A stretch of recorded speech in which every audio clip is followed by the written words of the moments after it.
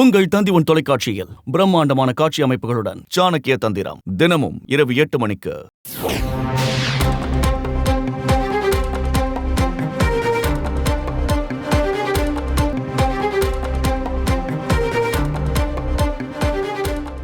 திருப்பதி லட்டு விவகாரம் சர்ச்சையை ஏற்படுத்தி இருக்கக்கூடிய நிலையில் ஆந்திர முதலமைச்சர் சந்திரபாபு நாயுடுவை சந்தித்திருக்கிறார்கள் தேவஸ்தான நிர்வாகிகள்.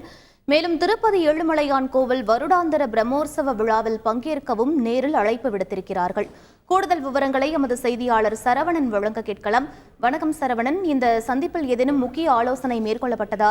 முழு விவரங்களை பதிவு பண்ணுங்க.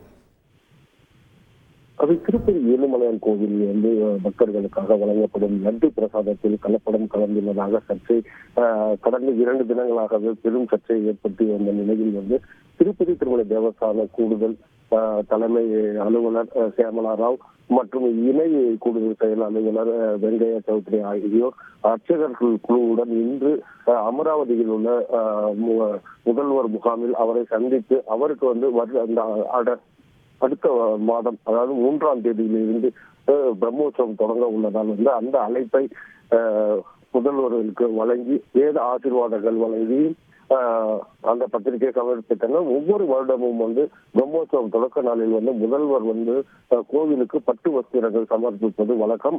அதே முறைக்காக தேவஸ்தான உயர் அதிகாரிகள் போய் அவரை அழைப்பு கொடுத்து வரவேற்றுள்ளனர். மேலும் இந்த லட்டு குறித்த விவாதங்களும் ஒரு அரை மணி நேரம் முதல்வருடன் ஆலோசனை நடைபெற்று வந்ததாக தகவல் தெரிவிக்கப்படுகின்றன. விவரங்களுக்கு நன்றி சரவணன்.